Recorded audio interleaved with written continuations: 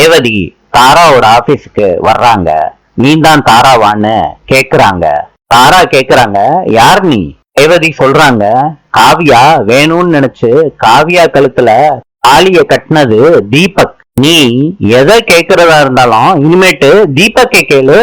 என்ன வேணாலும் பேசலாம், வாழாட்டலான்னு நினைச்ச ஒட்ட நறுக்கிடுவேன். தீபக்கோட அம்மா கேக்குறாங்க, ஏன் தாரா ஒரு மாதிரியா இருக்க? நான் ஆபீஸ்ல இருக்கும்போது ரேவதி வந்து எல்லாரும் முன்னாடியும் என்ன ரொம்ப அசிங்கப்படுத்திட்டு போயிட்டா.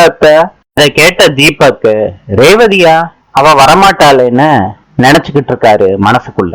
காவியா தலைவாரிக்கிட்டு இருக்கப்ப தீபக் சொல்றாரு, ரேவதி இந்த விஷயத்துல பண்ணது தப்புதான்.